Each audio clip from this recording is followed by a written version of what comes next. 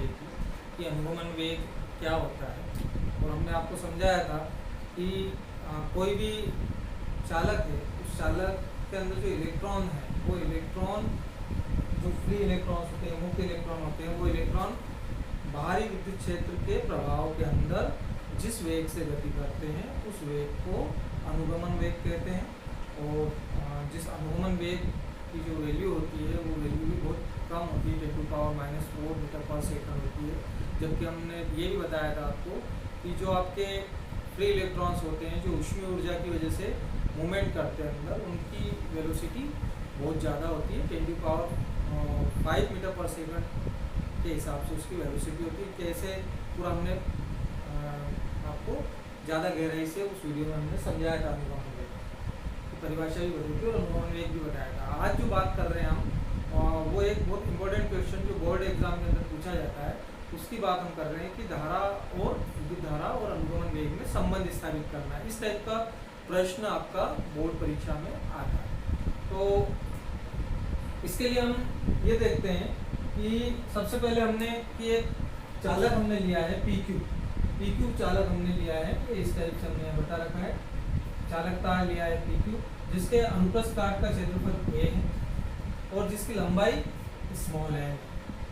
इस चालक तार को हमने बाहर से एक बैटरी के द्वारा जोड़ दिया है और बैटरी के द्वारा जोड़ने पर इसके अंदर जो इलेक्ट्रॉन्स हैं वो इलेक्ट्रॉन्स मूवमेंट करने लग जाते हैं और उन इलेक्ट्रॉन्स के ऊपर जो आवेश होता है वो आवेश Q आवेश इसके अंदर मूवमेंट कर रहा है। तो यहाँ पर अपने को देखना है कि धारा और जो अनुगमन वेग है जिसको हम VD से बताते हैं, जिससे कि इलेक्ट्रॉन्स मूवमेंट कर रहे हैं, तो उसका संबंध क्या होता है ये बताना है। तो सबसे पहले बहुत सिंपल है इसका रिलेशन, आप समझो तो कि जो चालक है उस चालक का आयतन कितना है। तो आयतन कितना है तो ये क्षेत्रफल हो गया और ये लंबाई हो गया। तो जो आयतन का सूत्र होता है वो क्षेत्रफल गुणित लंबाई। तो आयतन, चालक का जो आयतन है वो क्षेत्रफल गुणित लंबाई मतलब A × L। तो ये पूरा चालक जो लिया है इसका क्षेत्रफल कितना है A × L। अब यदि हम ये माने कि चालक के प्रति एकांक आयतन में जो इलेक्ट्रॉन है, प्रति एकांक आयतन में मतलब पूरा आयतन नहीं, प्रति एकांक आयतन के अंदर इलेक्ट्रॉनों की संख्या कहीं पे भी ले लें हम, प्रति एकांक आयतन मान लीजिए छोटा सा टुकड़ा लिया, ये प्रति एकांक आयतन। तो प्रति एकांक आयतन के अंदर जो इलेक्ट्रॉन की संख्या है वो हमने मान ली कि स्मॉल है।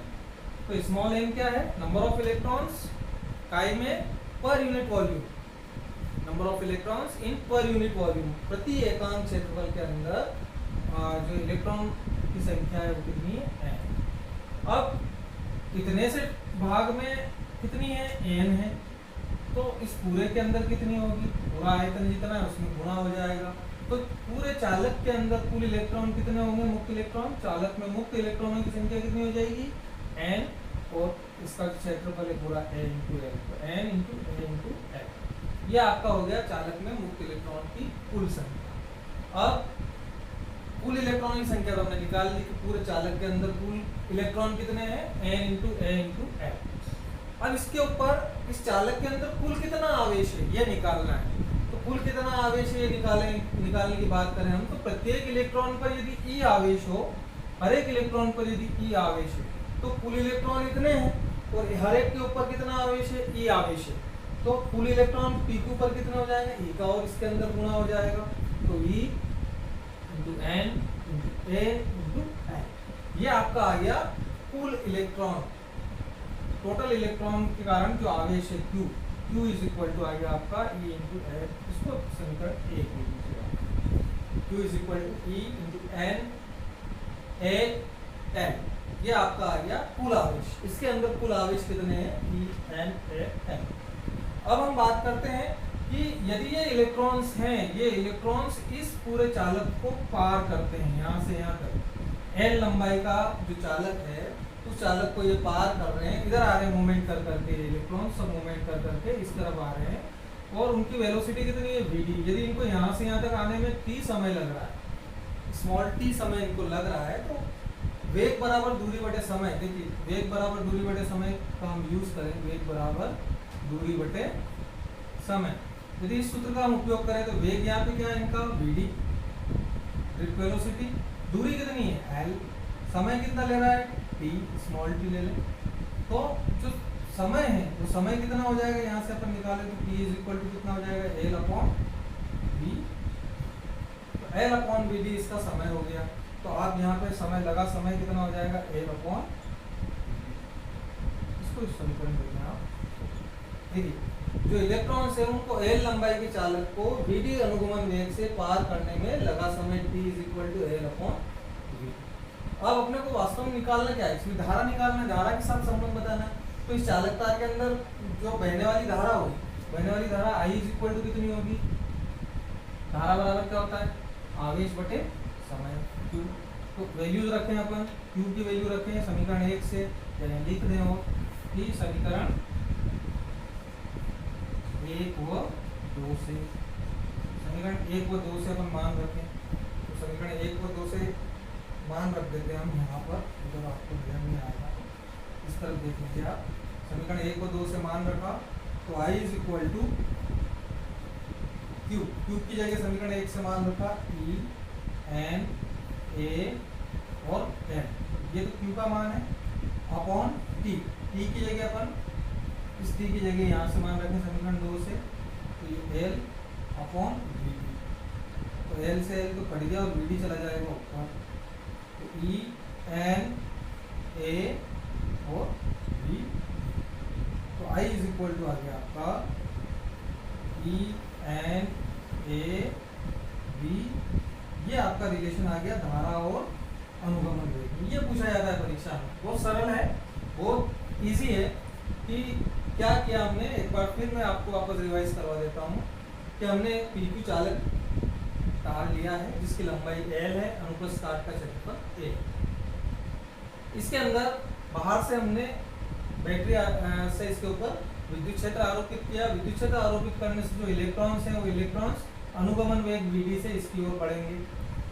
और ऐसी स्थिति में हमने माना कि जो चालक है, इस चालक की लंबाई और क्षेत्रफल के आधार पर इस चालक का आयतन जो है वो कितना है, ए इंटू एल है। और ये मान लिया हमने कि इसकी प्रति एकांक लंबाई या प्रति एकांक आयतन, सॉरी प्रति एकांक आयतन पर जो है इलेक्ट्रॉनों की संख्या स्मॉल n है, ये भी हमने एज्यूम किया है, माना है।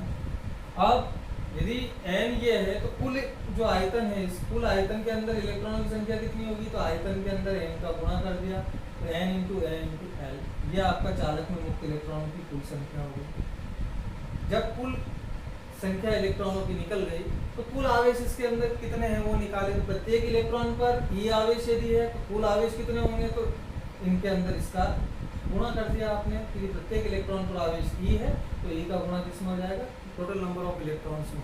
तो टोटल नंबर ऑफ इलेक्ट्रॉन्स में ई का गुणा कर दिया, इसको समीकरण 1 देके हमने छोड़ दिया। फिर हमने ये लिया कि जो इलेक्ट्रॉन्स हैं, ये इलेक्ट्रॉन सब इस एल लंबाई का जो चालक तार है, इस चालक तार में यदि वीडी वेग से मूवमेंट कर रहे हैं और यहाँ से यहाँ तक आने में यदि उनको टी समय लगता है तो उस टी समय की वैल्यू कैसे हम निकालें। तो उस टी समय की वैल्यू निकालने के लिए हमने इसका उपयोग किया वेग बराबर दूरी बटे समय का।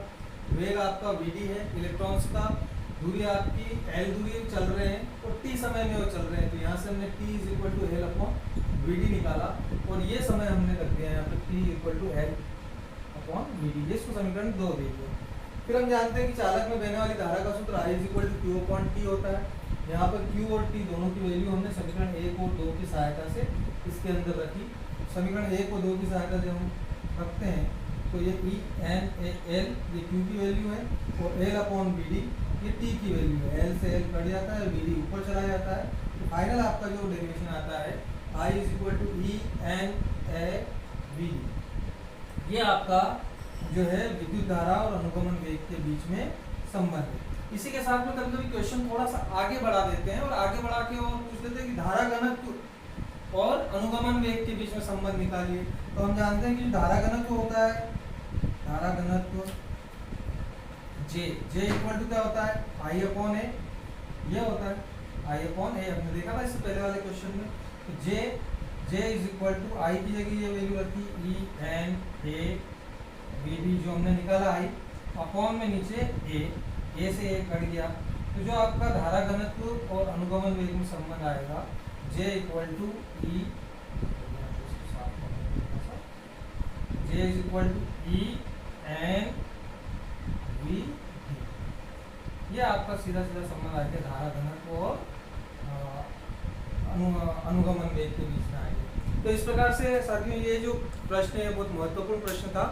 और अनुगमन वेग से आप क्या समझते हैं, धारा और अनुगमन वेग में संबंध स्थापित कीजिए। इसमें यदि आपको और कोई क्वेरीज हो तो आप इसमें नीचे जाके और पूछ सकते हैं। और यदि आपको ये वीडियो पसंद आ रहे हों, अच्छे लग रहे हों, तो आप सब्सक्राइब कीजिए और लाइक भी कीजिए, ताकि इस प्रकार के वीडियो आपको लगातार मिलते रहें। धन्यवाद।